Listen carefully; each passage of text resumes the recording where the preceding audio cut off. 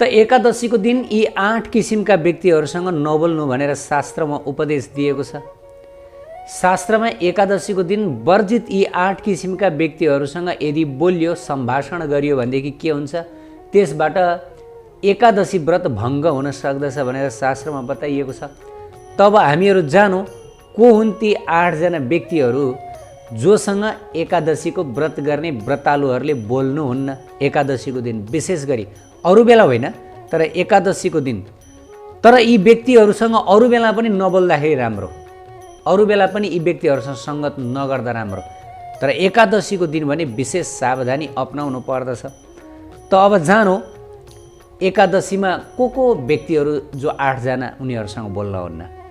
श्री नारदजी भन्नुहुन्छ, मिथिलेश्वर अब यज्ञ सीता रूपा गोपियों वर्णन सुन्नुहोस्, जसले सम्पूर्ण पाप हरण गर्ने वाला छ। दक्षिण दिशामा उसिनर नामले प्रसिद्ध एक देश छ, जहाँ एक समय 10 वर्षसम्म इन्द्रले वर्षा गरेका थिएनन्। त्यस देशमा गोधनले सम्पन्न अर्थात् गाईहरूले सम्पन्न एक गोपग्वाला बस्दथे। अनावृष्टिको भयले उनी आफ्नो कुटुम्ब तथा गोधनहरूका साथमा ब्रजमण्डलमा आए। हे नरेश्वर, नन्दराजको सहायताले उनी पवित्र वृन्दावनको यमुनाको सुन्दर एवं सुरम्य तटमा बास गर्न लागे। भगवान श्री रामको वरद्वारा यज्ञ सीता स्वरूपा गोपाङ्गनाहरू उनैको घरमा उत्पन्न भए। गोपी रूपमा जो पूर्वजन्ममा यज्ञ रूपा सीता हुनुहुन्थ्यो, उहाँहरू गोपाङ्गना भएर यही ग्वालाकै घरमा प्रकट भए। ती सबै दिव्य शरीरले युक्त थिए, दिव्य यौवनले विभूषित थिए। नृपेश्वर एक दिन ती सुन्दरी गोपिनीहरू श्रीकृष्णको दर्शन गरी मन्त्रमुग्ध भए र श्रीकृष्णको प्रसन्नताका लागि अब त्यस्तो कुन व्रत गर्न सकिन्छ भनेर राधा रानी समक्ष जिज्ञासा गर्न भनी गए। तब यहाँबाट सुरु भयो एकादशीको सुन्दर महात्म्य कथा। ध्यान दिएर सुनौ है। गोपिनीहरूले भन्नुभयो, दिव्य स्वरूपे कमल लोचने वृषभानु नन्दिनी श्री राधे, हामी हजुरसँग श्रीकृष्णको प्रसन्नताका लागि कुनै शुभ व्रत माग्न भनेर आएका छौँ, जो देवताहरूका लागि पनि अत्यन्त दुर्लभ छ। उनै श्री नन्दनन्दन तिम्रो बसमा हुनुहुन्छ राधा, तिमी विश्व मोहिनी हो, सम्पूर्ण शास्त्रको अर्थज्ञमा पनि पारङ्गत छौ। श्री राधाले भन्नुभयो, प्यारी बहिनीहरू, श्रीकृष्णको प्रसन्नताका लागि तिमीहरू सबैले एकादशी व्रतको अनुष्ठान गर्नु। एकादशीको व्रत अनुष्ठानद्वारा श्रीकृष्ण श्रीहरि सधैँभरि तिमीहरूको वशमा पर्नुहुन्छ, यसमा कुनै सन्देह छैन। गोपिनीहरूले फेरि पनि सोध्नुभयो, हे श्री राधिके, पुरा वर्षभरिको एकादशीको नाम के हो त्यो पनि बताऊ। प्रत्येक महिनामा एकादशीको व्रत कुन भावनाले गर्नु पर्दछ त्यो पनि बताऊ। श्री राधाले भन्नुभयो, हे गोप कुमारीहरू, माघ महिनामा कृष्ण पक्षमा भगवान विष्णुको शरीरबाट मुख्यतः उहाँको मुखमण्डलबाट एक असुरको वध गर्नका लागि एकादशीको उत्पत्ति भयो। अत त्यो तिथि अन्य सम्पूर्ण तिथिहरूभन्दा सर्वश्रेष्ठ हो। माघ महिनामा एकादशीको उत्पत्ति भएको रहेछ। स्वयं राधा रानी बताउँदै हुनुहुन्छ, भगवान श्री विष्णुको मुखारविन्दबाट एकादशी व्रतको प्रादुर्भाव भयो एक असुरको वध गर्नको लागि भनेर। प्रत्येक महिनामा फरक फरक एकादशी हुन्छन्, ती सम्पूर्ण एकादशी व्रतमा उत्तम छन्। म अब तिमीहरू सबैको हितको कामनाले ती सम्पूर्ण 26 एकादशीको नाम बताउन जाँदैछु। त राधा रानी अगाडि बताउनुहुन्छ, माघ श्रीकृष्ण एकादशीबाट आरम्भ गरी कार्तिक शुक्ला एकादशीमा 24 एकादशी पर्दछन्। ती सम्पूर्ण एकादशीको नाम क्रमशः छ, उत्पन्न एकादशी, मोक्षदा एकादशी, सफला एकादशी, पुत्रदा एकादशी, सटिला एकादशी, जया एकादशी, विजया एकादशी, आमलकी एकादशी, पापमोचनी, कामदा, वरुथिनी, मोहिनी, अपरा, निर्जला, योगिनी, देवशयनी, कामिनी, पवित्रा, अजा, पद्मा, इन्दिरा, पापङ्कुशा, रमा तथा प्रबोधिनी। 2 एकादशीहरू अधिक मासमा पर्दछिन्। यस प्रकार जसले राधा रानीद्वारा कहिएका यी 26 एकादशीको नाम पाठ गर्दछ भने उसले वर्षैभरिका सबै द्वादशी तिथि व्रत गरेको फल प्राप्त गर्दछ। ब्रजाङ्गनाहरू हो, अब एकादशी व्रतको नियम सुन। मनुष्यलाई चाहिन्छ कि दशमीका दिन केवल एक समय मात्र भोजन गर्ने, रातमा जितेन्द्रिय रहेर भूमिमा सुत्ने। दशमीको दिन केवल एक छाक मात्र खाने राधा रानी बताउनुहुन्छ। दशमीको दिन भुइँमा सुत्ने, खाटमा नसुत्ने, पलङमा नसुत्ने। गाउँघरतिर त भुइँमा सुकुल ओछ्याएर सुत्ने चलन छ। अब अहिले आजकल कमसेकम चिसो नलागोस् आरामले सुत्नु पर्दछ, नत्र भने एकादशी व्रत राम्रोसँग गर्न सकिन्न। तर खाटमा सुत्नु भएन है। अब यहाँ अगाडि बताउनुहुन्छ, जल पनि एक बार पिउँदा राम्रो, धोएको वस्त्र पहन्नु, तन मन वचनले अत्यन्त निर्मल रहनु, ब्रह्म मुहुर्तमै उठेर एकादशीको दिन श्रीहरिको चरणमा प्रणाम गर्नु, तदन्तर शौचादिबाट निवृत्त भएर स्नान गर्नु। कुवाको स्नान सबैभन्दा निम्न कोटिको हो। कुवाको जलले स्नान गर्नु भनेको निम्न कोटिको स्नान, किनकि कुवाको जल बासी हुन्छ भन्ने किसिमको मान्यता छ शास्त्रमा है। अनि त्यसै गरी तलाउ वा पोखरीको स्नान उत्तम श्रेणीमा पर्दछ भने नदीको स्नान सर्वोत्तम हो। यस प्रकार स्नान गरी व्रत गर्नेवाला नरश्रेष्ठ क्रोध तथा लोभबाट मुक्त रही एकादशीको दिन पाखण्डी मनुष्यहरूसँग कुरा गर्नुहुन्न। अब स्वामिनी श्री राधा अगाडि बताउनुहुन्छ, एकादशीको दिन विशेष गरी यी 8 प्रकारका व्यक्तिहरूसँग बोल्नै हुन्न। को हुन् ती 8 प्रकारका व्यक्तिहरू? सबैले ध्यान दिएर सुनौ। राधा रानी अगाडि बताउनुहुन्छ, 1 असत्यवादी, 2 ब्राह्मण निन्दक, 3 दुराचारी, 4 अगम्य स्त्रीका साथ समागममा रत रहने अर्थात् पर स्त्री सङ्ग गर्ने पुरुष, 5 परधनहारी अर्काको धन लुट्ने, 6 पर स्त्रीगामी, 7 दुर्वृत्ति जसको वृत्ति जसको कार्य एकदमै दूर अर्थात् निम्न कोटिको छ, मर्यादाको भङ्ग गर्नेवाला। यी सम्पूर्ण व्यक्तिहरूसँग बातचित गर्न हुन्न एकादशीको दिन। एकादशीको व्रत धारण गर्नुहुने भक्त महानुभावले। त प्रिय भक्त भागवत, एकादशीको दिन ब्राह्मण निन्दक, असत्यवादी ब्राह्मण निन्दक भनेको साधु सन्तहरू सबैजना पर्नुहुन्छ यसमा।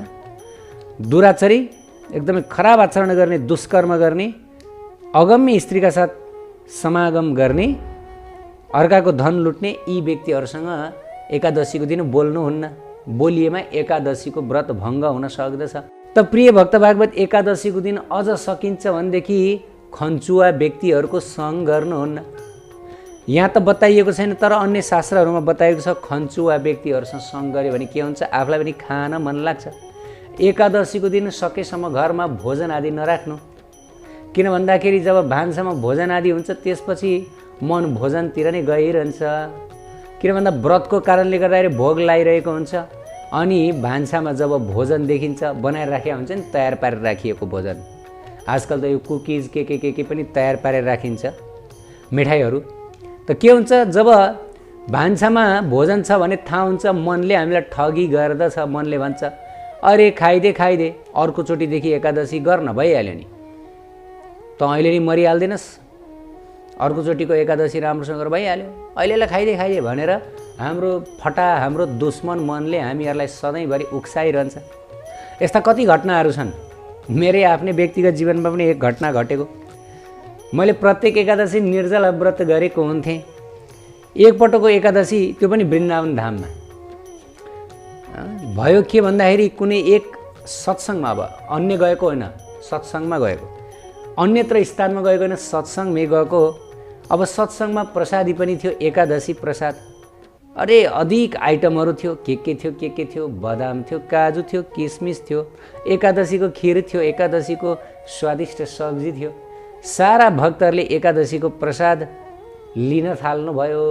अनि मैले चाहिँ अब एकादशीमा निर्जला व्रतको सङ्कल्प लिएको थिएँ। अब के गर्ने, एकछिन त्यहाँ के बसिरहेको थिएँ, मन थाम्नै सकिनँ मैले। अन्न होइन क्या र, एकादशीको दिन अन्न नखानु भनिएको हो। अब यहाँ जति पनि आइटमहरू छन्, यी सम्पूर्ण आइटमहरू अन्न होइन फलाहारमा पर्दछन्। अब आजको एकादशी म यो मिठा मिठा बदाम काजु किसमिसबाट आफूलाई रोक्न चाहन्न, बरु अरू एकादशी छँदैछ नि भनेर त्यसपछि कपाकप मैले यत्रो वर्षदेखि निर्जला व्रत गरेको मान्छे त्यति साथीभाइसँग भक्त साथीले के भन्नुभयो भन्दाखेरि, भयो ठिक छ तपाईँ प्रसाद दिनुहुन्न भने यसो साथी लाग्न त बसिदिनुहोस्, म केवल साथी लाग्नको लागि मात्र भनेर बसेको। मैले एकादशीको दिन म खान्न, केही पनि खान्न, म एकदम प्रसादलाई नमस्कार, म साथी मात्र लगाइदिन्छु है, मलाई करकाप नगर्नु होला भनेको। के का करकाप गर्नु, एकछिन बस्दा बस्दै सबैले प्रसाद खाएको देख्दा देख्दै आफूलाई पनि भित्रबाट भोक लागेको थिएन, तर सबैले खाएको देखेपछि भोक लाग्यो। यसलाई के भन्छ भन्दाखेरि विषय तृष्णा भनिन्छ। जब के हुन्छ, विषयको दर्शन गरिरहन्छ बार बार, त्यसपछि त्यो विषयको तृष्णा जाग्दछ कि त्यो पाए हुन्थ्यो, त्यो पाए हुन्थ्यो। भगवद् गीतामा स्वयं भगवान् कृष्ण बताउनुहुन्छ नि, ध्यायातो विषयन पुंस सङ्गस्ते सुपजायते।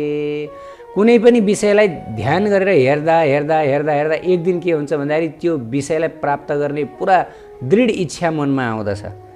त्यो कुरालाई त्यो व्यक्तिलाई नपाएसम्म मनमा अशान्ति हुन्छ। त्यस कारणले गर्दा कुनै पनि विषयलाई ध्यान दिएर हेरिरहनुहुन्न। स्त्रीहरूप्रति यदि ध्यानपूर्वक हेरिरह्यो, बार बार हेरिरह्यो भनेदेखि त्यो स्त्री एकदमै राम्री लाग्न थाल्छ।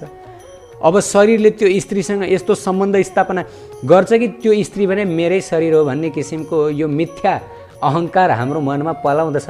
अनि त्यसपछि के हुन्छ भन्दा त्यो हेर्दा हेर्दा आसक्ति यसरी बढ्दछ कि अब त्यो स्त्री नभई हुन्न, नत्र भने मरे जस्तै लाग्दछ। सबै आसक्तिको कुरा त हो नि होइन। त्यसै गरी भोजन पनि त्यही हो। त्यसैले जब हामी व्रत बस्दछौँ, हामीले कुनै दृढ सङ्कल्प लिएको हुन्छ, त्यो दिन हाम्रो सङ्कल्पलाई नष्ट गर्ने, भ्रष्ट गर्ने कुनै पनि चिजको सानिध्यमा हामी जानुहुन्न। जस्तै हामीले कुनै दिन व्रत गर्ने हामीले सङ्कल्प राखेका छौँ भनेदेखि अब त्यो व्रतलाई नष्ट गर्ने, भङ्ग गरिदिने यस्तो कुनै पनि वातावरण हाम्रो वरिपरि हुनुहुन्न, त हामीलाई भोक लागेको अनुभव नै हुँदैन। अब घरमा भान्सामा विभिन्न थरीका व्यञ्जनहरू हुन्छन्, हिजैबाट अस्तिबाटै बनाएर राखिएको भनेदेखि रहँदै त्यसपछि के हुन्छ भने हामीहरूको मनमा एकदमै तलतल लागिरहन्छ, शान्ति मिल्दैन। खाइदे खाइदे भन्छ। हाम्रो मन सधैँ बदमास छ नि, फटास छ नि। त्यस कारणले प्रिय भक्त भागवत, एकादशीका दिन यी 8 किसिमका व्यक्तिहरूसँग कहिल्यै सङ्गत गर्नुहुन्न। असत्यवादी, ब्राह्मण निन्दक, दुराचारी, अगम्य स्त्रीका साथ समागममा रत रहने, परधनहारी, परस्त्रीगामी, दुर्वृत्ति तथा मर्यादाको भङ्ग गर्ने व्यक्ति। तर राधारानी अगाडि बताउनुहुन्छ, मन्दिरमा भगवान् केशवको पूजा अर्चना गरी भगवान्लाई नैवेद्य चढाई भक्तियुक्त चित्तले दीपदान गर्नु अनि ब्राह्मण वैष्णवको मुखारविन्दबाट हरि कथा सुन्नु, उहाँहरूलाई दक्षिणा दान गर्नु अनि रातभरि जागराम बसेर श्रीकृष्ण सम्बन्धी पदहरूको गान एवं श्रवण गर्नु, भागवत कथा श्रवण गर्नु। त राधारानी बताउनुहुन्छ कि यस दिन केशव भगवान, किन भन्दा एकादशी तिथिका मुख्य अधिष्ठाता श्रीकृष्ण है, श्रीकृष्ण एकादशीको दिनका देव श्रीकृष्ण। त्यस कारणले त सम्पूर्ण व्रतहरूमा सर्वश्रेष्ठ व्रत एकादशी भनिएको छ। एकादशी व्रत सबैले गर्नुपर्छ। पहिलेका राजाहरू त झन् यति धेरै धर्मात्मा हुन्थे, एकादशीको दिन आफू पनि खाँदैन थिए र आफ्ना प्रजाहरू यतिसम्म कि पशु पक्षीहरूलाई पनि खान दिँदैन थिए। यदि कसैले खाए भनेदेखि, अन्नको सेवन गर्यो भनेदेखि राजाले मृत्युदण्ड पनि दिन्थे। एकदमै प्रसिद्ध कथा छ कि आफ्नै ज्वाइँ एक दिन ससुराली गएका थिए, त्यो समयमा एकादशी परेको रहेछ। ज्वाइँलाई शुद्ध खान दिएनन् राजाले। एक राजाले रातको समयमा ज्वाइँले भोकले शरीर त्यागिदिए, छोडिदिए। ल हेर्नुहोस्, बरु छोरी विधवा हुन् तर एकादशीको दिन अन्न खान पाइँदैन मेरो राज्यमा। ल हेर्नुहोस्, यस्ता राजा हुन्थे पहिले पहिले। अब आजकल त छैन। एकादशी कुन जनावरको नाम हो भनेर सोध्ने चलन आयो। त प्रिय भक्त भागवत, अब शास्त्रमा बताइयो के गर्नु भन्दाखेरि एकादशीको दिन नैवेद्य, विभिन्न नैवेद्य फल आदि नैवेद्य, एकादशीको दिन मालपुवा आदि बनाएर पनि केशव भगवान्लाई राधा माधवलाई अर्पण गर्न सकिन्छ। अब यहाँ प्रश्न उठ्न सक्दछ, एकादशीको दिन त अन्नको प्रयोग हुनुहुन्न, तर किन मालपुवा सेल आदि बनाएर चाहिँ ठाकुरजीलाई भोग लगाउने भन्ने प्रश्न आउँदछ। के हो भन्दाखेरि राधा माधव प्रकृतिभन्दा पर हुनुहुन्छ। वन्दे कृष्ण गुणातीतम परब्रह्म्याच्युतम यत अविर्भू प्रकृति ब्रह्मा विष्णु शिवादय। श्री कृष्ण श्री राधा रानी यो प्रकृतिभन्दा पर हुनुहुन्छ, प्रकृतिको 3 गुणको अधीनमा पर्नुहुन्न, गुणातीत हुनुहुन्छ, शब्दातीत हुनुहुन्छ, मनुष्यको पहुँचभन्दा पर हुनुहुन्छ। त हामीलाई असर गर्दछ प्रकृतिको गुणले, किनभने हामी बद्ध हौँ, तर उहाँ बद्ध हुनुहुन्न। उहाँ त अलरेडी प्रकृतिभन्दा पर हुनुहुन्छ, प्रकृतिबाट नियन्त्रक हुनुहुन्छ। त्यसकारणले गर्दा उहाँलाई कुनै पनि किसिमको असर पर्दैन। त्यसकारणले गर्दा उहाँलाई निर्वाध रूपले एकादशीमा अन्नको भोग लगाउन पनि सकिन्छ, तर त्यो अन्न आफूले सेवन गर्नु भने हुन्न। प्रिय भक्त भागवत केही कथित वैष्णव समुदायहरू भन्ने गर्नुहुन्छ, हामी राधारानीका भक्त हौँ र हाम्रो मन्दिरमा प्रत्येक दिन राधारानीलाई, प्रत्येक दिन होइन प्रत्येक क्षण दिनको लगभग 6-7 चोटि राधाकृष्णको मन्दिरमा भोग लाग्दछ। बालभोग, राजभोग, सन्ध्या भोग, शयन भोग, होइन, यस्ता किसिमका भोगहरू लाग्ने गर्दछ। त केही यस्ता किसिमका कथित वैष्णवहरू बताउने गर्नुहुन्छ कि हाम्रो मन्दिरमा दिनका यतिचोटि राधारानीलाई भोग लाग्दछ। अब राधारानीलाई भोग लागेको त्यो प्रसाद भयो, अब त्यो प्रसाद हामीहरूले खेर फाल्नुहुन्न, त्यसलाई नष्ट गर्नुहुन्न। त्यसकारणले गर्दा भले एकादशी नै परोस्, द्वादशी नै परोस्, हामीहरूले राधारानीलाई अर्पित प्रसाद सेवन गर्नुपर्छ। यस्तो किसिमको अभिव्यक्ति केही कथित वैष्णव समुदायबाट सुन्न पाइन्छ। तर प्रिय भक्त भागवत यो उचित होइन। भलै भगवानलाई भोग लगाइएको होस्, राधा माधवलाई भोग लगाइएको नि किन नहोस्, एकादशीको दिन हामी साधक भक्तहरूले कदापि अन्न सेवन गर्नुहुन्न, भगवानकै प्रसाद भए पनि सेवन गर्नुहुन्न। त्यो भोलिपल्टको लागि राख्नु पर्दछ, द्वादशीका लागि। हाम्रा गौडीय आचार्यहरूले बताउनु भएको छ, साधक भक्तले जस्तोसुकै परिस्थितिमा पनि एकादशीको व्रत त्याग्नुहुन्न, व्रत त्याग्नुहुन्न। भलै यदि प्रसाद उसको अगाडि आउँछ भने पनि प्रसादको अनादर त गर्नुहुन्न, किनभने प्रसादको अनादर गर्नु भनेको भगवत चरणमा अनादर हो। त के गर्नु? प्रसादलाई प्रणाम गर्नु, निवेदन गर्नु, प्रणाम निवेदन गर्नु। मुखमा अदर निवेदन गर्नु भनिएको होइन, प्रणाम निवेदन गर्नु र त्यो प्रसाद भोलि द्वादशीका लागि राख्नु, यस प्रकार बताए। तर एकादशीमा कुनै हालतमा पनि प्रसादी सेवन नगर्नु, विशेष गरी अन्न प्रसादी सेवन नगर्नु भनेर हाम्रा गौडी आचार्यहरूले बताउनु भएको छ। त्यसकारणले गर्दा हामीहरू यस्तो भ्रान्तिपूर्ण विचारहरूबाट बच्नु पर्दछ। वैष्णवहरू भएर यदि एकादशीको व्रत गर्नुहुन्न भने के वैष्णव? चैतन्य महाप्रभु स्वयं राधारानी हुनुहुन्छ। अरे टाढाको कुरा किन? कथित राधा भक्तहरू भन्ने गर्नुहुन्छ कि राधारानीले एकादशीको व्रत गरेको मन पराउनुहुन्न। अरे कहाँ मन पराउनुहुन्न? स्वयं राधारानी यहाँ एकादशी व्रतको महिमा बताउँदै हुनुहुन्छ, जो यज्ञ रूपा गोपिनीहरूलाई बताउँदै हुनुहुन्छ, अयोध्यावासी गोपिनीहरूलाई कि हेर एकादशीको व्रत गर्नाले श्रीकृष्ण भगवान तुरुन्तै बसमा आउनुहुन्छ। त तिमीहरू पनि एकादशीको व्रत गर्नु भनेर स्वयं राधारानी उपदेश दिनुहुन्छ एकादशीको व्रत गर्नको लागि। र यहाँ भन्दै हुन्छ एकादशीको दिन एकादशीको व्रतमा विश्वास नहुने, एकादशीको व्रत नगर्ने यस्ता किसिमका व्यक्तिहरूसँग टाढै बस्नु, दुराचारीहरूसँग टाढै बस्नु भनेर अझ नियम बताउँदै हुनुहुन्छ राधारानीले। कसरी राधा भक्त भएर एकादशीको व्रत नगर्ने सकिन्छ कहीँ? केवल म भक्त हुँ भनेर मात्रै हुँदैन नि, स्वयं आफ्ना आराध्यले के भन्नुभएको छ त्यो पनि मान्नु पर्यो। तर शास्त्रको वचन है। राधारानी अगाडि बताइबक्सिन्छ, एकादशीको दिन रात्रिमा जागराम गर्नु अनि रात्रिमा श्रीकृष्ण सम्बन्धी पदहरूको गान एवं श्रवण गर्नु, भागवत सुन्नु। वैष्णव व्रत एकादशीको पालन गर्नको लागि दशमीको दिन काँसको पात्र, मांस, मसुर, कोदो, चना, साग अनि त्यसपछि आएर मह अनि पराय अन्न अनि 2 पटक भोजन तथा मैथुन, यी 10 वस्तुहरूलाई त्यागिदिनु पर्दछ। दशमीको दिनबाटै मैथुन त्याग्नु पर्दछ, अर्काको अन्न खानु भएन। यहाँ धेरै कुरा भन्नुभयो राधारानीले। मांस मदिरा त खाने कुरै भएन, त्यो त अरू बेला पनि खानु भएन। अनि त्यसपछि आएर जुवाको खेल, निन्द्रा, ताम्बुल सेवन अथवा सुपारी खानु भएन, जुवा खेल्नु भएन। दन्तधावन, दशमीको दिनबाटै दाँत माझ्न भएन, दाँत पखाल्न हुन्छ तर माझ्नु भएन, परनिन्दा गर्नु भएन, चुगली गर्नु भएन, अनि त्यसपछि चोरी, हिंसा, रति भनेको रात्रि क्रिया गर्नु भएन, रात्रि स्त्री कार्य गर्नु भएन, क्रोध त्याग्नु पर्यो, असत्य भाषण त्याग्नु पर्यो। एकादशीमा यी 12 वस्तुहरूलाई त्याग गरिदिनु पर्छ। काँसको पात्र, मांस, मद्य, शहद भनेको मह, तेल, मिथ्या भाषण, अनि त्यसपछि आएर चामल, मसुरो आदि। यो 60 का चामल भनेको व्रत अनुष्ठानमा सेवन त गरिन्छ, त्यसलाई शामकको चामल पनि भनिन्छ है। शामकको चामल व्रतमा प्रयोग त गरिन्छ, तर द्वादशीको दिन यो चामल प्रयोग गर्नुहुन्न भनेर यहाँ स्वयं राधारानीले बताउँदै हुनुहुन्छ। त यस प्रकार यदि कसैले एकादशीको व्रत गर्दछ भनेदेखि उत्तम अनुष्ठान मानिन्छ। सम्पूर्ण मनुष्यले एकादशीको व्रत गर्नुपर्दछ, किनभने एकादशीको व्रत सम्पूर्ण पाप नाशिनी र साथै श्रीकृष्णलाई वशमा पार्न सकिन्छ। एकादशीको व्रत गर्नेहरूले एकादशीको व्रत अनिवार्य गर्नुपर्दछ। त स्वयं राधारानीको उपदेश आज हामीहरूले एकादशी महिमा सुन्यौँ। त प्रिय भक्त भागवत, यहाँहरू सबैजनाले एकादशीको व्रत एकदम प्रेमपूर्वक पालना गर्नुहोस्। जब पनि एकादशीको व्रत आउँदछ हामी नाच्नुपर्छ, खुसी हुनुपर्छ, किन भन्दाखेरि त यहाँ स्वयं राधारानीले बताउनु हो। अब कति राम्रो हेर्नुहोस् त, हाम्रो आराध्य नै राधारानी, हाम्रो स्वामिनी राधारानी, उहाँले नै एकादशीको व्रत प्रेमपूर्वक गर्नु भनेर भनिबक्स्यो। चैतन्य महाप्रभु स्वयं राधारानीको भावमा अवतीर्ण हुनुभयो आजभन्दा 500 वर्ष अगाडि। उहाँले सची मातालाई भन्नुभयो, हे माता मलाई एउटा कोसेली दिनु सक्नुहुन्छ? हुन्छ बाबु म दिन्छु भनेर भन्नुभयो।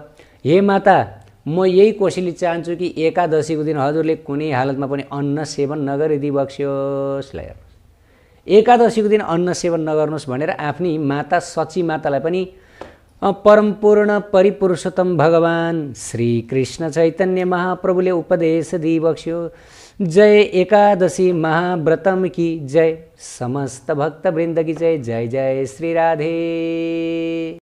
उत्कृष्ट आध्यात्मिक जानकारीहरूका लागि नेपालकै पहिलो शुद्ध आध्यात्मिक च्यानल टिभी लजिकल कृष्णलाई सब्स्क्राइब गर्न नभुल्नुहोला र हरेक अपडेट्सका लागि यो बेल आइकन पनि दबाइदिनुहोला।